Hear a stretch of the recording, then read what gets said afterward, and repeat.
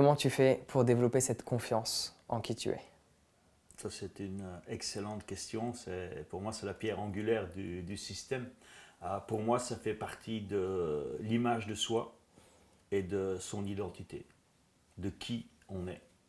Et je reprends Tony qui sort souvent cette phrase, si tu sais qui tu es, tu n'auras plus jamais peur. Et tout à l'heure, je te disais, transformer la peur en certitude. Mais quand tu sais qui tu es, c'est impossible d'avoir peur. Quand tu sais, bon, moi je suis croyant, moi je suis a child of God, je suis un enfant de Dieu. Si tu sais que ton père est le roi des rois, qu'est-ce qui peut te faire peur? Et pour moi, l'identité, elle est hyper importante. Bon, moi, je trouve mon identité à travers Dieu. Tu peux trouver ton identité à travers d'autres valeurs. Mais savoir qui on est et l'image de soi. Est-ce que quand tu te regardes dans la glace, est-ce que tu te dis, j'ai confiance en moi? Est-ce que tu vois ta valeur ou tu vois quelqu'un d'évalué? Et le souci de la confiance en soi, c'est que les gens sont souvent, ils se dévaluent eux-mêmes. Et après, évidemment, l'entourage, la société, les médias fait que, eh bien, ils viennent renforcer déjà qu'ils ont un déficit de confiance en eux, un déficit d'image de soi, qu'ils ont une pauvre image d'eux-mêmes. C'est pour ça qu'ils ont des pauvres résultats. Et tout l'entourage fait que renforcer, alors qu'il suffit d'inverser la vapeur.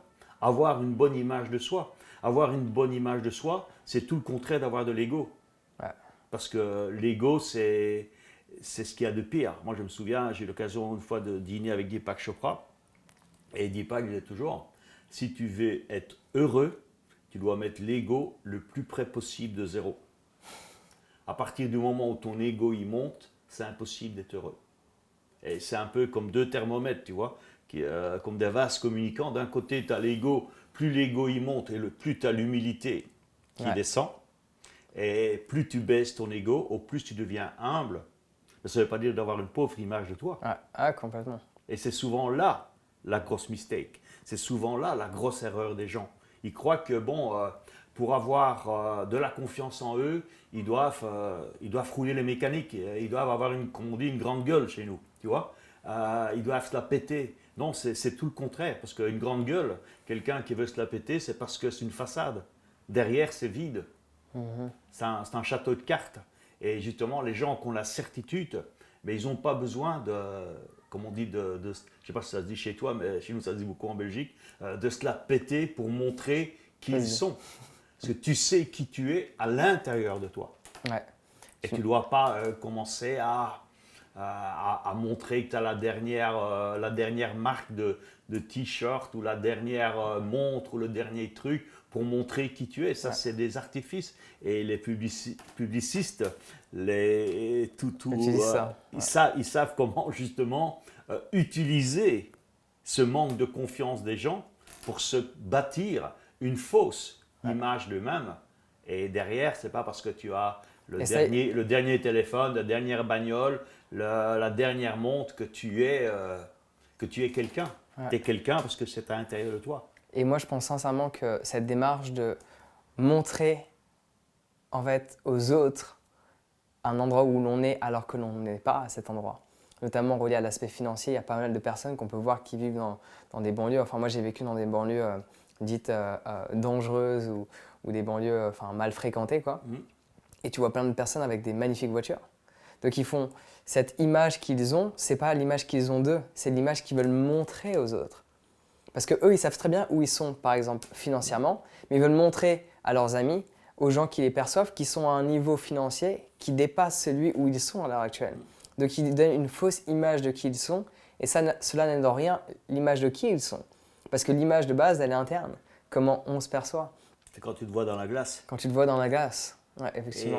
Et tu vois, là, ça me fait rebondir sur les fameux besoins humains de Tony. C'est le besoin de reconnaissance.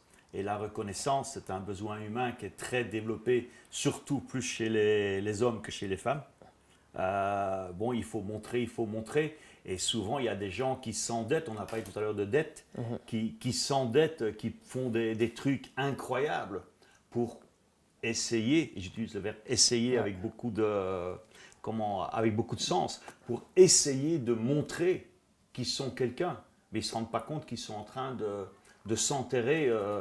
Quand tu es enterré financièrement, l'argent, c'est pas tout, mais c'est quand même plus facile de vivre quand on a de l'argent dans sa poche ou sur son compte en banque quand on est toujours en négatif, qu'il faut On y pense appeler le banquier pour lui demander une rallonge et tout le temps être en train de suppléer. Qu'est-ce qu'on fait quand on fait ça? On est en train de détruire notre image de nous-mêmes. Tu vois, ils sont en train de créer l'image de loser, de dépendance. Il faut que je demande au banquier s'il peut me faire une rallonge. Comme un enfant qui demande de l'argent pour avoir une sucette, par exemple. Donc on revient à cet esprit de... On attend d'une autre personne quelque chose qu'on n'arrive pas à créer nous-mêmes alors qu'on peut le créer. C'est d'être dans cette dépendance, quoi. Alors qu'on veut tous être indépendants et être libres. Ce sentiment de liberté, je pense qu'on le veut tous en soi, au fond de nous-mêmes. Mais la liberté, elle a un prix. Hein. Ouais, elle a un prix et un sacrifice. Un prix, je ne parle pas monétaire, je te parle à un prix. La liberté, ça demande de la discipline, ça demande de faire travailler son cerveau, ça demande de penser différemment.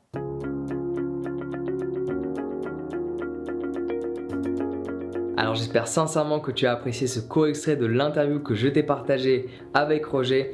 Si tu as envie de passer au niveau supérieur et de vraiment booster la confiance que tu as envers tes propres capacités à faire quelque chose que tu as décidé, je te propose de télécharger mon guide sur comment booster sa confiance en soi. Et devine quoi, ce guide est totalement gratuit et tu peux le télécharger dès maintenant en un instant en cliquant sur le lien dans la description.